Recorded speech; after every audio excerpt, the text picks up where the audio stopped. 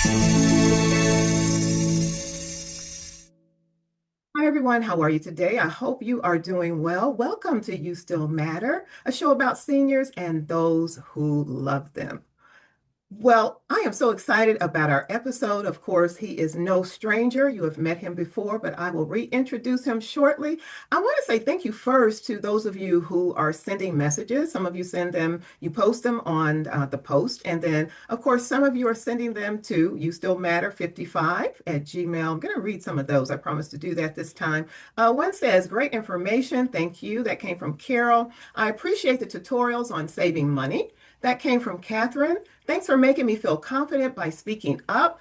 And that came from Joyce M. Also, I love the animal video. That came from Karen. So keep your comments coming. I so appreciate it. But without further ado, I want to introduce you to and reintroduce you to some. His name is Emanuel L. Williams, and he actually kicked off our series. And so I promised to bring him back. That's what we're going to do. And Pastor Williams, welcome back to You Still Matter. How are you? I'm feeling fine at the moment. Wonderful. So you've been doing okay since the That's last right. time we talked. Yeah. And No significant aches and pains, only minor ones. wonderful. That is always great to hear. And I know you certainly did encourage us the last time you were on. You just encouraged us with your life as you keep going and going and going. But what we're going to talk about today, of course, is it is not too late to achieve new goals. And of course, one of the goals we spoke about last time was your new book. You wrote a book called, and I'll let you tell them what it's called. Black and white piano keys. Yes, Black and White Piano Keys is a wonderful, wonderful book. And I just want to ask you, so what made you want to write this book? Or at the age, at that time, you were age 92, is that correct? Uh, that's is approximately correct when you and I first talked about it. So yes, that would be correct. So, I mean, at that particular age is proof that it's not too late to achieve new goals. So talk about how you started that. What started you writing? What started me writing was my desire to preserve a history of our family, primarily my mother's side of the family, because I'm interested in family history and have been involved in some events concerning family history. They dedicated a bridge in California for my grandfather as an example, and I was there to speak on behalf of the family and take pictures and all things that go on. Mhm.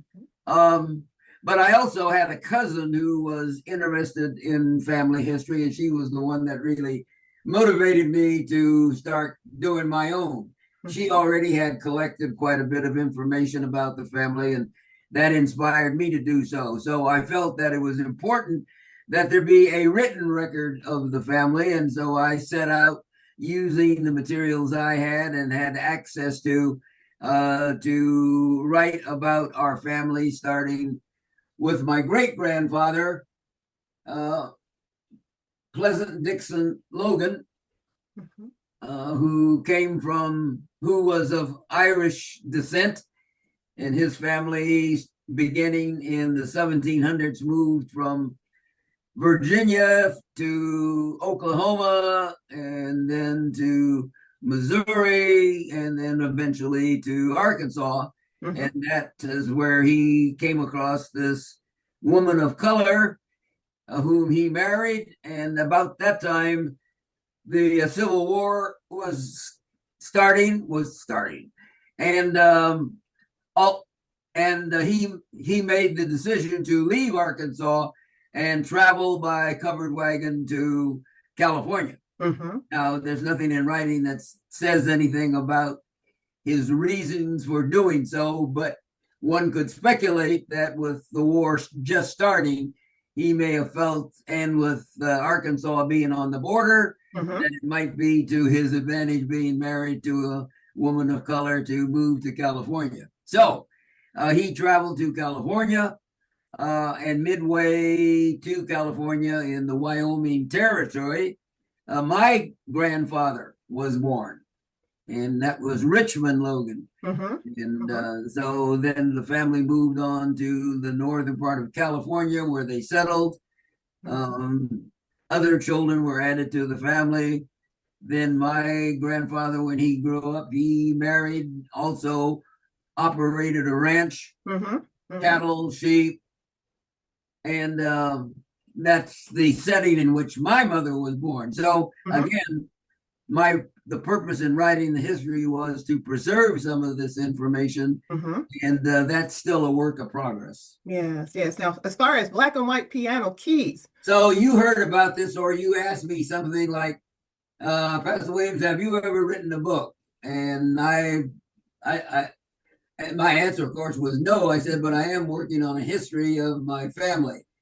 And you asked to see what I had written, and then you said you proposed the idea of converting that into a book. mm-hmm, So that's the background. That's to the best of my knowledge. right. That's the background as to how the writing of the book took place. Mm-hmm. And the reason that I pose that question to you is from knowing you and knowing your life and just being so amazed by what you have actually, well, how you've lived your life and so many experiences that you've had. And they have been so, well, you have been very impactful. And so I just thought, wow, I mean, with who you are and just amazing, amazing multiple stories that you have. I just felt, it certainly needed to be in a book and so others can be able to learn. And of course, at your age right now of 93 years of age, I really 92. I 92, mean, okay. no, wait, 93. 93, yeah. And even going back when we began working on your book, I was just so amazed because every time I interviewed you, you just, I mean, you had no hesitation with your answers. And I mean, going all the way back with all the information and all the experiences. And of course, I always said, how do you remember all of this information? And you know what you told me, right? You said, I was there. So, I mean, Well, it was I amazing. I don't know that it is a gift, but I have ability to recall events that happened throughout my life. Hmm. So I can recall the first day I entered public school. My mother took me by the hand. We went up the hill from our house, walked across the streets to the school and into the building. And yeah, and at that time, the kindergarten was in a separate building outside of the school. I haven't thought about that in 90 years. But yes, we had a building separate from the main school Hmm. in the yard in school yard, and she took me into that building, and I was introduced to the teacher, Mrs. Closby, and that Wow. was the beginning of my public school journey. Yeah, yeah. So I mean, as I said, I have no I have no further explanation as except to say I remember that event. Right, right. And And I was there so are other amazed. events early on in my life Yes, yeah. while I was in elementary school that I Mhm. remember. And I remember when my mother told me to get in the car and we went to a piano teacher. Yeah, And that was the beginning of me learning to play classical piano. I was yeah, 4 years old when that happened. yes, yes. So And you again, had, I have no explanation for it yeah. except that these events are still imprinted upon my memory. And Hmm. Hmm. my children keep asking me when they say, "Well, where were we when this happened?" And I tell them where we were, and they say, "How do you remember?" And I say, I was there. Right. I know I remember that's what you said when I would ask you questions. It's amazing because we are at a lot of different places, right? But we all can't remember all explicitly like you do. So I just think that's so amazing as your life has been. So for seniors who may have wanted to do things. They may wanted to achieve different goals. They may have wanted to write a book. They may have wanted to sing a song. They may have wanted to do something, but they may be at your age or much younger than you, and they may feel as though, oh, it's too late for me. I should have did this 20, 30, 40 years ago. What would you say to them about how it's really not too late to achieve their goals? Because I know that with writing your book, it wasn't just you sat down one day and wrote it. It's that you were focused. You wrote, you thought, and you continued writing. And I'm sure sometimes you may have gotten a writer's block because that's very common, with authors and with writers. But how you continued to go on and on and on until you finished and you achieved the goal. And we had a wonderful book signing for you. There were people standing in line, lined up to get a copy of your book. And in case you guys haven't seen it, it's called Black and White Piano Keys. And it's absolutely an amazing story. And of course, the subtitle Challenges of a Black Man Living in a White Context. But not only is it an amazing story, but it's your life history. And there's just so much wonderful biographical information in the book. It's some parts are funny, some parts are very serious. It's very educational, very impactful. In fact, I believe it should be in the school systems because of what you went through, how you overcame, some of those things that you went through. But circling back to why would you say it's important for seniors to just kind of go for it and how it's not too late? Well, as I said, I started out with the goal of writing a history, family history, and Hmm. this evolved from it. But it in a sense, um, no, yeah, in a real sense, it is a history, a family history, and so there's nobody else to write it. I don't have any other I don't have any other relatives living who can provide information Hmm. about our family going back as far as I did. Hmm. And so I would say that whatever your goal or your project may be, you got to ask yourself the question, who else would do this? Hmm. And that would and do you see a value in it? Is there a purpose for the goal that you want to accomplish? Hmm. And as I said, after I'm long gone, the book will be still around, and those individuals who come across it will be able to read the book and obtain the information that's in it. Hmm. So, and in addition to the motivation or the factors of motivation, um, if you have the ability to do it, the means to do it, then I don't see any excuse for not doing it. So Hmm. um, Absolutely. I'm trying to think of some other examples of that. Hmm. Um, And just kind of making your mind up. well, I mean, I had a purpose.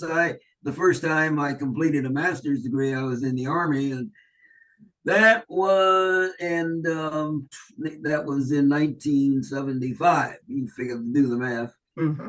but the everything was right before me. The classes were going to be held at the army base where I was stationed. Hmm. All I had to do was show up. It was on the weekend. There wasn't any conflict with anything else. It was Hmm. Friday night, Saturday morning, and all day Saturday. So that was an opportunity to pursue a master's degree, and officers at that time were being encouraged to do that, add that to their portfolio. Hmm. Hmm. So I went ahead and did that, and everything fell into place. So for 2 years, I attended classes at the satellite locations of Boston University, and when it came time for me to leave to depart from Germany, that was I had finished the program Hmm. and was and got and received my diploma just at the same time that I left Germany. Hmm. So, in other words, you have been focused. You have been focused on what it is you want to do, and you have accomplished it because of being focused and doing the work. And I just wanted to say one more thing, everyone. When you read this book, you will be inspired no matter what your age is. I remember the portion that when we were talking, I remember you saying we were talking about students, and we were talking about how students being focused, they should be focused and do their work. Because I remember the example we were talking about is homework. And oftentimes, when students don't want to do homework, they don't do it, and they go back to school the next day, and they may come up with, "Oh, a dog ate my homework," or some excuses. And I remember I asked you about that. What did I say? If you always completed your homework, you said, "Well, that's what the teacher gave for me to do, so I did it."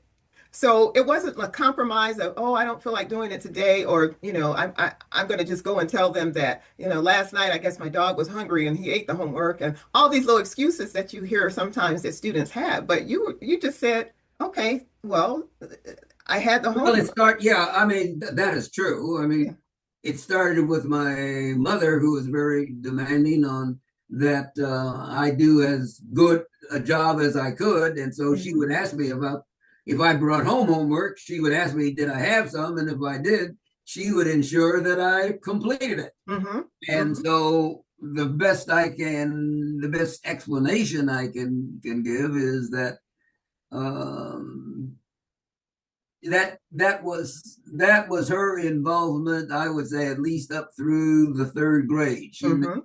made sure that I did. I can remember sitting at a table, the breakfast table, Hmm. practicing writing. And that's when you were doing the cursive writing. And I'd sit there and she'd have me circling my hand, and I'd be writing these letters. And she would say, "Oh no, that's not right. That's not good enough. Let's start again." And Hmm. I can't tell you the amount of time I spent practicing writing, and I still write for people. When I sign my name or write something on a piece of paper, people that I don't know Hmm. usually comment on, "Oh, you have such a beautiful handwriting You stuff." do, And I think absolutely. back during those Yeah, times when my mother was having me practice at the right. kitchen table. Right. And see, there's two lessons there. One of the lessons is making sure that one is a parenting lesson, how parents have to be involved. And the second lesson is just something like writing and practicing writing. And it's funny you would mention cursive writing because for some reason, I can't figure it out. I don't think anybody else can figure it out. But they no longer teach cursive Right? writing Yeah. in Yeah. school. So make that make sense because it really doesn't. And you have to, if your signature is required on so many different things, and without really knowing how to, the penmanship, and for writing cursive writing, they don't know. I don't know what these students are doing, but who knows why they removed the teaching of cursive writing. So instead of parents really kind of complaining about their children haven't been taught how to write in cursive, this is a good plug for them to go ahead and teach them themselves since it's not being done at school. So in other words, everyone, these are such practical lessons that are in Pastor Williams' book, Black and White Piano Keys. Challenges of a Black man living in a white context. So this and many, many more stories that you will see in this book. And I'm just really excited about it because, again, you've had such an amazing life. And as I had the opportunity to continue interviewing you, I would often say that, do you realize that your life has been so impactful? And your answer usually is, well, I was just living it. I'm just living it, and but you have been, so impactful to so many and encouraging and just such a profound teacher and just so many different things. But guys, I don't want to give away all the stories. You can certainly pick up your copy of Black and White Piano Keys, Challenges of a Black Man Living in a White Context. And you can get this from Amazon.com. All right. Pastor, it's been a joy again speaking to you as it always is. It's just been a sheer delight. And thank you so much. Do you have any just parting words, maybe a sentence or two that you can encourage the seniors again to just go ahead and get started on something that they wanted to do but haven't? If you can take maybe 30 seconds or so just to give them I guess, be their cheerleader for a second so they can go ahead and do what it is they really haven't had an opportunity to do or thought that it was too late for them to do. Well, I think that individuals, as they proceed through their life, should be thinking about what am I going to leave behind? What are people going to have to remember me? Uh, or if not me, or my family. I'm as I said, I'm amazed that so many people don't know anything about their family, where they came from, how they got there. Hmm. And for whatever reason, I have always been intrigued with the issue of my ancestors. Hmm. Oh, I was fortunate enough to at least meet my grandfather on my mother's side and all of my mother's relatives, and then some of my father's relatives. And so I would say again, if you have a desire to do something that has been in your mind for some time, the first step is to analyze the project and determine, do you have the means to accomplish this? Hmm. If money is involved, do you have the money? If time is involved, do you have the time? Because that's what's going to determine whether or not you're able to commit yourself to completing this particular project. Hmm. Um, Sounds great. and that was the way, as I said, I was starting out to write this history, and um, was halfway through it when you mentioned the prospect of converting it into a book. Hmm. Well, then that said to me, okay, I know what the objective is. I know I have to go from this point in the book up to this point. Hmm. Is there information? Yes, there was information. Do I have the time? Yes, I have the time. Um, So your steps were ordered. They were certainly ordered by the Lord in every step because it was so orchestrated. It seems like your life was very orchestrated. And then because God always does his part. So you did your part and you said, okay, when I say this is what I'm going to do, then you did it. And you yeah, and stayed then I did it. focused. Right. And you stayed And focused until you did it. And that's here again, that's a lesson. It's a lesson for everyone. And it's certainly a huge lesson for students to know, well, when you say yes that you're going to do something, is to just make sure that you stay focused and stay the course until you do it, because you're a living example of it can be done. And everyone, thank you so much. We're going to take a quick pause and we're going to come back and conclude. So one moment. Hi everyone, how are you today? Hope you're doing well. I have a question for you, and I want you to be honest. Have you ever said to yourself you wanted to write a book? And you may have said it a few months ago, a few years ago, but you've been procrastinating because you're not sure where or how to get started.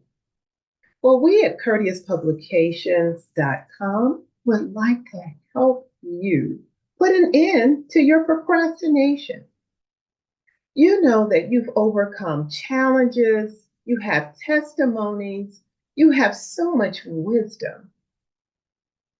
And you know this is something that you will be able to share your testimony with the masses once you give birth to your book. So listen, procrastinate no more. Go to www.courteouspublications.com, click contact, and then check mark free discovery call, because we would love to speak with you about the book that is buried inside of you. Miles Monroe once said that one of the wealthiest places on earth is a cemetery. That's because there's so many people that never had an opportunity to sing their song. They never have an opportunity to write their book because of procrastination. All right, so once again, we would love to help you give birth to your book. Go to www.courteouspublications.com, click contact, and then check mark free discovery call. We would love to speak with you. All right, so no more procrastination. Thank you for listening, and we hope to speak with you soon. Bye for now. All right, we are back. We have been speaking with Pastor Emanuel L. Williams.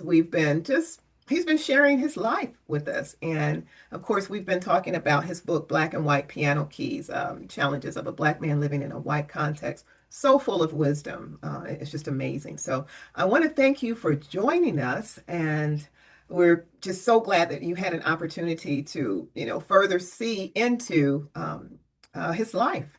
And he has certainly encouraged me. I'm sure he has encouraged you that are watching.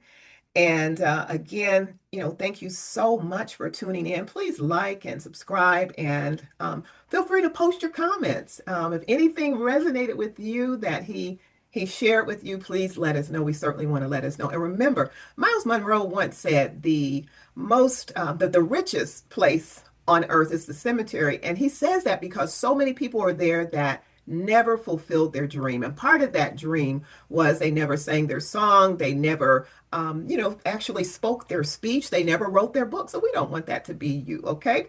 Pastor Williams has certainly encouraged you to go ahead and do what it is that your heart wants to do, and it's not too late to achieve your goals.